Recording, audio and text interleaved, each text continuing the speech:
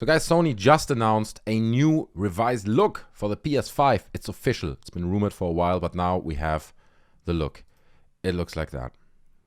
So kind of looks the same, okay? But there's more to this story, okay? Not only does it have a line on the side, it also has a detachable Blu-ray drive. It's like, why? Why would anyone do this? This makes no sense. We're in 2023. A Blu-ray drive already makes no sense in the bigger picture. I mean, I bought my PC, built it 7 years ago, didn't put a Blu-ray drive in, didn't need it once. 7 years, yeah? And here they are in 2023, giving you the option to buy a Blu-ray drive separately for $79.99. Why? Can someone please explain this to me in the comments? Why is this happening? What is the idea? Is the idea that I buy like the digital version without the drive and then I regret it and I'm like, oh, I really should have bought the drive, and then I go and buy a drive separately? It makes no sense. However I twist it or turn it. Anyway, so it also comes with a 1TB SSD, which is an upgrade from the previous version. It's bigger. It's smaller in volume, about 30%. Now, I don't think that means size in terms of it being tall, 30% smaller. I think that just means you take the whole unit and kind of shrink it by 30%, so it will not be as significant as that may sound. And then it's 18 to 25% lighter, which I assume depends on whether it's the drive version or not the drive version. The old models are going to be phased out, so you can't get a PS5 anymore like the old ones at some point, at least once these are on the market. And it's going to launch in November, so just in time for Christmas. Now, as I was looking through these images and getting like a bit of an idea, I noticed that little sign-off message down here, which is always like either really small at the bottom or like gray on gray, so you hopefully miss it. And it says that the vertical stand that you see here will be sold separately. And I'm like, okay, I mean, Apple sells their stand separately, right? And I'm sure, just imagine the boardroom at Sony, right? Where someone's like, guys, the PS5 is definitely on the level of an Apple product, right? Am I right? And I was like, yeah, that's right. So Apple sells their stand separately. Why don't we do it? Okay, I guess. So the stand comes for $29.99 US dollars or $24.99 pounds. And it looks like this. I'm sure it's not even metal. It's probably like sprayed plastic that just, I don't know. I don't want to make assumptions, but bro, $30 for that? I mean, so if you're not willing to invest $30 for a piece of plastic that holds your PlayStation 5 in a vertical position, you're going to have to live with a horizontal layout, okay? And that looks like that. And it's like, okay, when you read the product description, it says this PS5 is coming with a stand, a horizontal stand, they call it. But I mean, what the hell is that? What is that?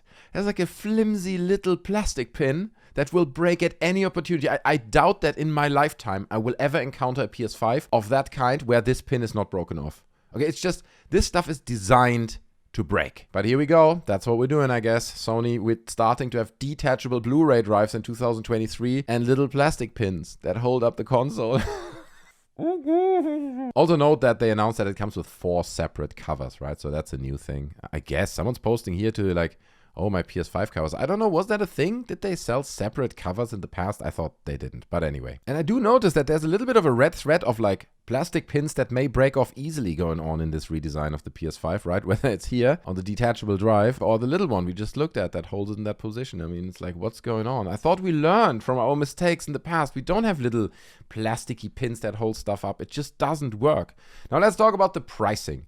So it starts at $449.99 without the vertical stand, and that's obviously just for the digital edition, right? So the one that doesn't have a detachable Blu-ray drive. Now you can also invest $499 for the one that has the detachable Blu-ray drive, but you still don't have the vertical stand. So that will throw you back another $30. So it will altogether come to $530 roughly for the new PS5 with the drive. Jesus Christ, like speaking of products that are more complicated than they need to be. So note another thing here. Sony doesn't say that they upgraded the hardware in any kind. So they just don't talk about what's actually inside that new PS5. So I assume it's basically the same hardware. They may tweak it here and there a bit, but there's definitely no significant power improvement over the original PS5 because they would have rubbed that in our faces left and right if that would be the case.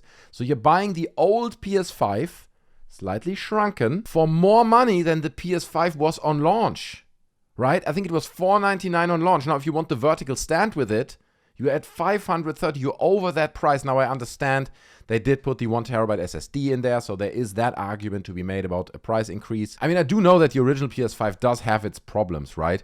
But I mean, you can get that here in the UK. Let me Google it right now. PS5 for around £409. Okay, including FIFA. And this is the disk drive version, all right? So you'll get the same hardware in November when this new PS5 comes out for $530 if you want the stand as well, which already comes with this version.